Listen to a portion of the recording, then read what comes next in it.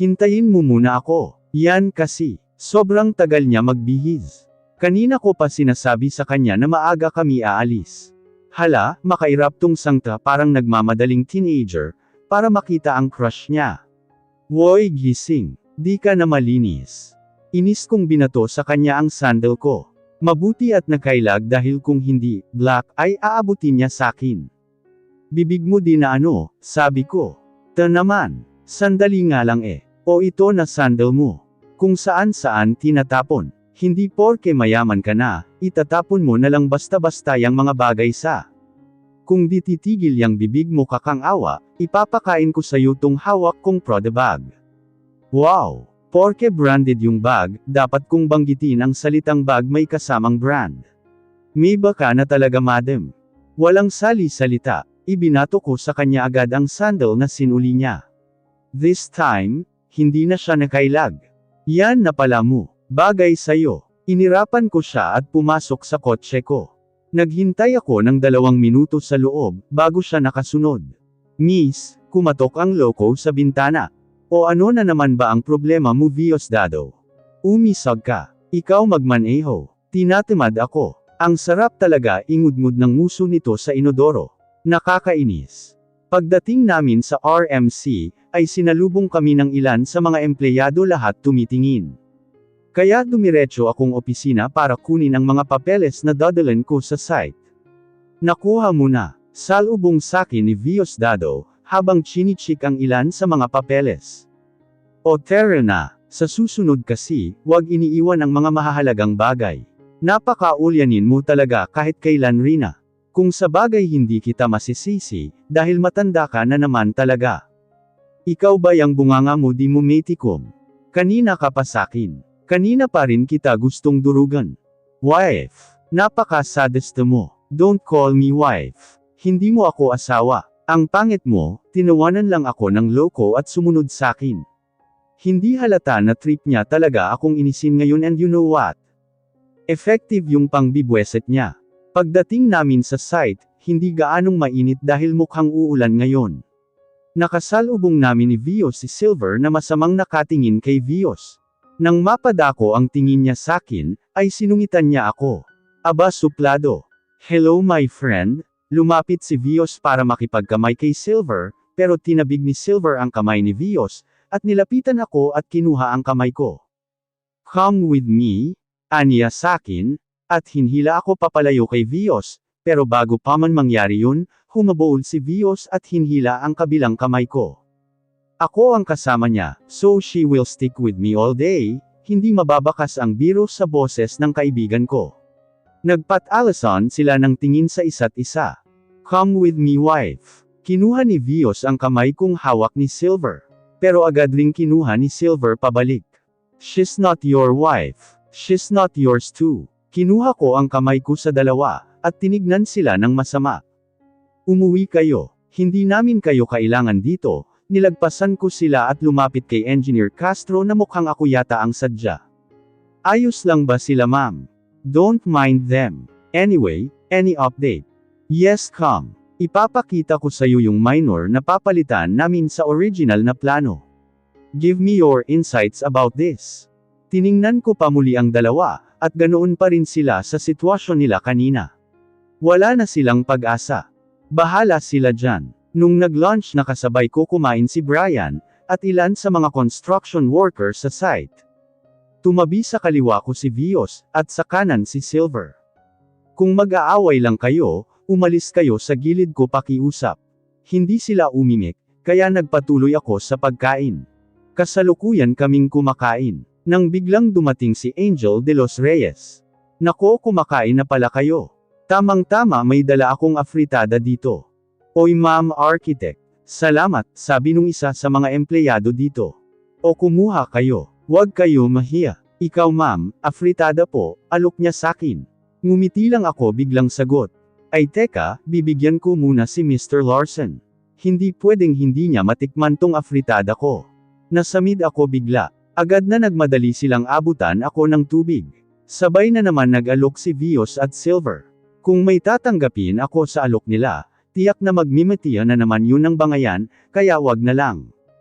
Kinuha ko ang mineral water na inabot ni Brian, at nagpasalamat. Nakadinag lang noon, nasamid agad, bulong ni Vios, kaya siniko ko sa ilalim ng mesa. Napakaano talaga ng lalaking ta. Ang sarap dukutin ng mata, at e-tape ang labi nang wala nang makita at masabi. Lahat minamasama. Nang maghapon na ay nilapitan ko, kung sabay ba kaming uuwi ni Vios. Nakita ko siya na may katawagan, at hindi pa ako napapansin, kaya nilapitan ko siya. Bantayan niyo siya please. She's important to me. Baka kung ano ang gawin niya sa sarili niya, dinig ko. Sinong siya ang tinutukoy niya? Vios. Nagulat siya. Halata sa mukha niya ang pagkagulat, at takot nang tawagin ko siya. Bakit? May nangyari ba? Ayos ka lang ba? Sino yun? Nagtatakang tanong ko. Wala yun. Ayos lang ako. Kanina ka pa dyan. Ay hindi, ngayon lang. Ano, itatanong ko lang sana kung sasabay ka ba sakin mamaya sa pag-uwi, o may iba ka pang lakad. May pupuntahan pa ako eh. Baka mauna na ako sa'yo ngayon, Anya. Urgent ba? Oo, Anya at halatang hindi mapakali. Baka importante nga ang lakad niya. Sige na. Baka mahuli ka pa sa lakad mo, sabi ko dito. Humalik siya sa pisngi ko, at nagmamadaling umalis. Sinundan ko siya ng tingin, hanggang sa mawala ito sa paningin ko. Nang ibalik ko ang paningin ko sa daan, ay nakita ko si Silver na malungkot na nakatingin sakin. Lumapit siya ng dahan-dahan. Nang huminto siya sa harapan ko, kinuha niya ang panyo niya, at pinahiran ang pisngi ko na hinalikan ni Vios, na para pang may germs na nakadikit dito. Gusto kong lumayo, pero namagnet yata ang mga paa ko sa lupa. Hindi ko maigalaw, lalo na't ang mga mata niya ay kasing lungkot katulad sa mga ulap na makulimlim, na tila ba nagbabadya sa pag-ulan. Ang bigat sa loob babe, simula niya. Ang bigat sa loob makita ka kasama ng lalaking yun, dagdag niya. Gusto kong suntukin siya, pero alam kong magagalit ka. Gusto kong murahin siya pero wala akong karapatan, dahil siya ang pamuna sa pagkukulang ko sa inyo, Anya. Alam kong magkaibigan kayo. Alam ko rin na iniinis niya ako. Nasasaktan lang siguro ako, dahil alam kong totoo lahat ng mga sinasabi niya. Naiinis ako dahil siya yung nandoon imbes na ako. Naiinis talaga ako dahil alam kong totoo, at hindi ko kayang mabago. Insecurities. Akala ko kaming mga babae lang ang meron noon. Yung mga hindi pinagpala ang makakaramdam nun. Na kay Silver na lahat. Mayaman, gwapo at galing sa prominenteng pamilya, pero heto siya at sinasabi ang lahat ng insecurities niya kay Vios. Gusto mong sumama sakin? Saan? Sa school ni Hivo. Uwian na rin kasi kaya sisunduan ko siya. Tila nabuhayan ng loob ang mukha nito sa sinabi ko. Makikita ang saya sa mukha niya. Hindi ko akali na sa simpleng salita na yun, ay magbabago ang aura niya. At mas lalong hindi ko inaasahan. Ang yakap na mula sa kanya. Thank you, mahina ang boses nito. I do really miss my son. So much. Walang araw na hindi ko siya iniisip. Matagal ko nang gusto tong mangyari. Gustong gusto ko na siyang may akap at makita. Oh God, what did I do? Umiiyak si Silver. Ganito siya ka-vulnerable pagdating sa anak niya. At heto ako, nagpapaka-selfish. Siya, kayo ni Hivo ang iniisip ko araw-araw, para lumaban babe kahit nakakapagod na. Iniisip ko na makikita ko pa kayo balang araw. Kaya natakot ako nang sabihin mo na sa korte tayo magkikita, oras na nagpumilit ako na makita ang bata. Ayaw ko na umabot tayo doon. Mahalaga kayong dalawa sakin, kaya mas pinilit kong maghintay ulit kahit na nakita. Kashnia, ano bang ginawa mo at ganito katakot at kaingat ang lalaking ta? Sige na, tama na yan, puntahan na natin si Hivo, at baka naghihintay na yun doon, sabi ko. Nag-breakdown na siya kay Hivo pa lang, how much more pag nalaman niya ang tungkol sa isa pa niyang anak. Tara, I'm excited to see him. Halata nga sa mukha niya. Halatang halata. Nagpaalam kami kina Archie de los Reyes at Engineer Castro. Dahil pareho kaming may dalang sasakyan, napagdesisyonan namin na sasakyan na lang ni Silver ang gagamitin namin. Tatawagan ko na lang siguro ang tauhan ko, para kunin sa site ang sasakyan ko. Pagdating namin sa school, ay pauwi pa lang ang mga estudyante. Naghintay kami ng ilang sandali, pero wala pa ring Hivo na lumalabas. Yes po yaya. Kawawa po si Mark, kasi nabogbog siya ng isa naming kaklase. But Annie, kasalanan ni Mark yun. Inaway niya kasi si Hivo. Rinig kong usapan ng dalawang bata, na dumaan kasama ang mga yaya nila. Nagulat ako lalo na't narinig ko ang pangalan ng anak ko. Silver, hindi kaya si Hivo yun? Kinakabahan kong tanong. Baka anak ko yun. Kinakabahan ako. Baka may masama nang nangyari sa anak ko. Ilang minutes pa kami naghintay sa labas. Gusto ko na talagang pumasok pero alam kong hindi kami papapasukin sa loob, ayon sa protocol ng school. Babe, calm down. Kahit anong sabihin ni Silver na kumalma ako, imposible yatang mangyari yon, lalo na't alam kong posibleng ang anak ko ang tinutukoy ng mga bata kanina. Tawagan ko na kaya yung teacher nila o principal, tanong ko. Lumapit ako sa guard. Magbabaka sakali ako na pwede bang pumasok sa loob, kahit sandali lang. Sir, kahit sandali lang. Pupuntahan ko lang ang anak ko. Ma'am, pasensya na po. Sumusunod lang po ako sa taas, na bawal magpapasok ng kung sino. Pero kuya, hindi ako kung sino-sino lang. Yung anak ko po. Mama, agad akong napalingon sa tumawag sakin.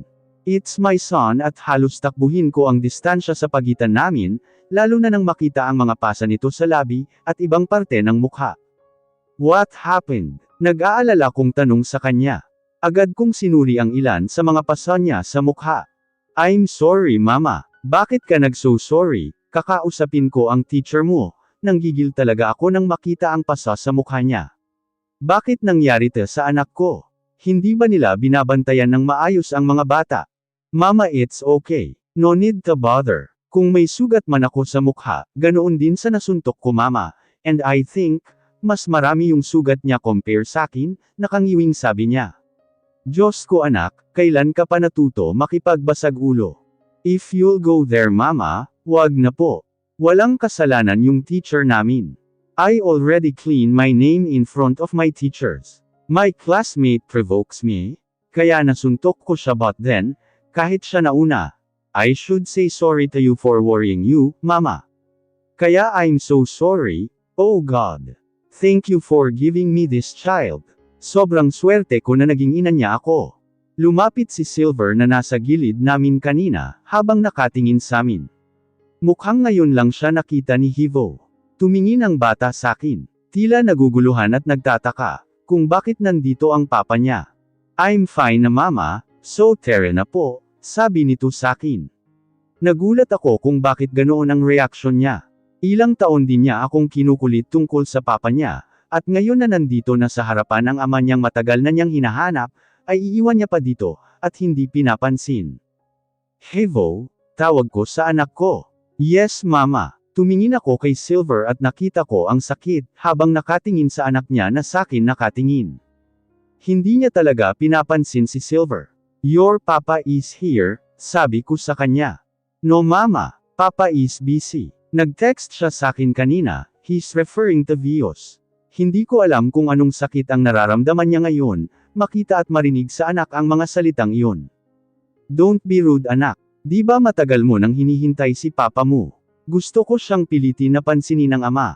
Pero kung ano man ang nararamdaman ng anak ko ngayon, kailangan ko ring respetuhin. Bilang anak, hindi madali ang pinagdaanan niya. Lumaki siya na wala si Silver. Naaksidente siya, pero wala ang ama na pamrotekta sa kanya. Lumaki siya na nakikita sa balita na kinasal ang ama niya sa ibang babae. Mama, halata sa boses niya na hindi siya komportable sa nangyayari. Tumingin ako kay Silver, ngumiti siya sakin pero pilit. Hindi ko alam kung anong sasabihin ko sa kanya. I didn't raise you like that.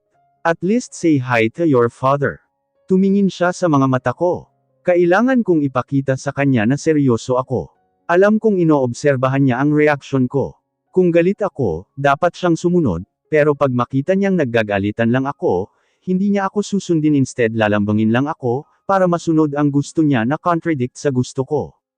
Walang reaksyon ang mukha nito na lumapit sa ama. Nakatayo lang siya sa harapan nito. Tila hindi din alam kung ano ang gagawin. I can't blame him. He's already 8 years old turning 9. Nagbibinata na. Can I hug my son? Ramdam ko ang takot at pangamba sa boses ni Silver. Naaawa ako sa kanya.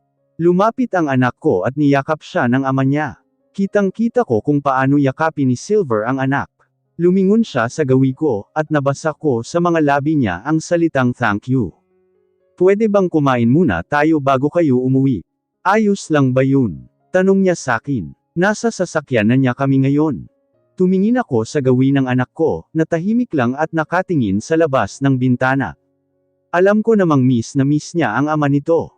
Nagmamatigas lang. Nagtatampo siguro. Are you fine with that, anak?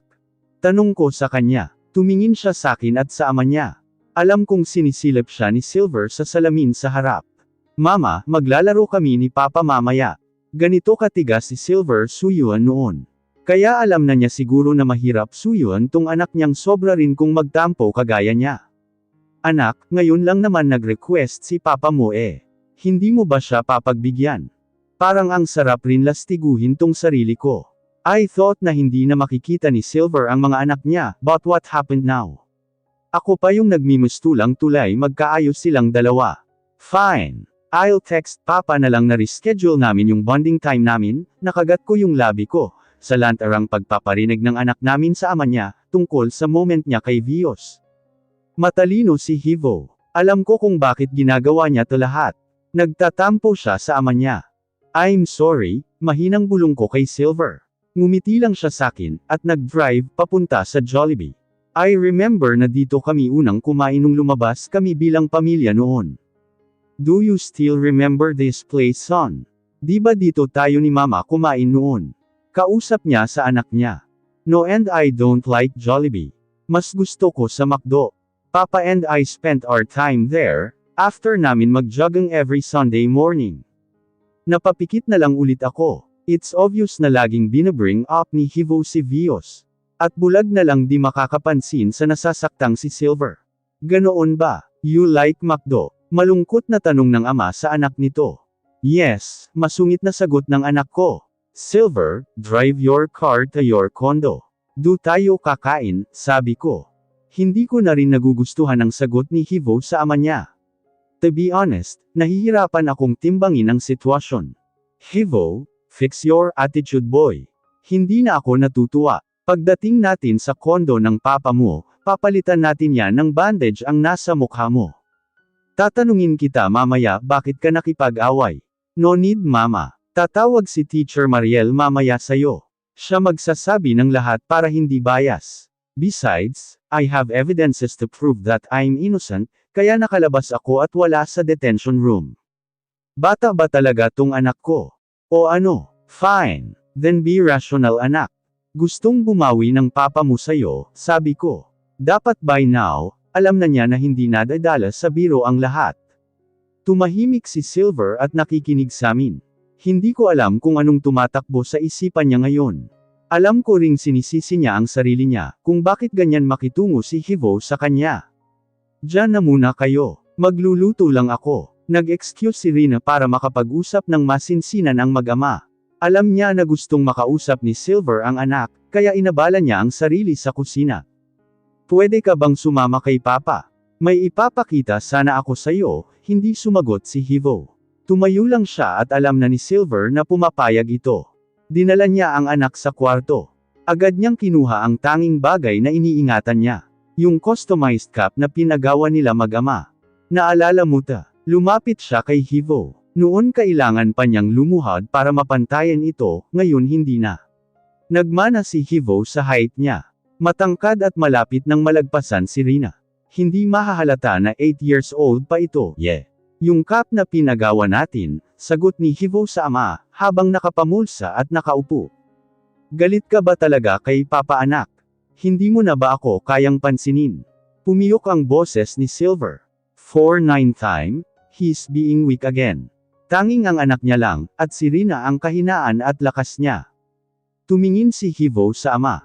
Nakita ang lungkot sa mukha ng ama nito. He hates to see it, kaya agad niyang iniwas ang tingin. I'm mad at you Papa. For the first time after niya makita ang anak, biglang tumulo ang luha niya, nang marinig ang salitang Papa galing kay Hivo. I know. Is there any way para mapatawad mo si Papa? Malumanay na tanong niya sa anak. I don't know. There are things that I want to know. Bakit mo kami iniwan? Bakit mo kami pinabayaan? Bakit mo sinaktan si mama? Bakit nagpakasal ka sa iba? Bakit nag-reply ka sa email ko ng ganoon? Bakit ngayon ka lang bumalik papa? Sa batang kagaya ni Hivo, na kaya niyang pigilan kahit anong galit at tampo ang ipakita niya sa ama niya, hindi niya may kakaila na masaya siya, na nakita niya ang papa niya ulit.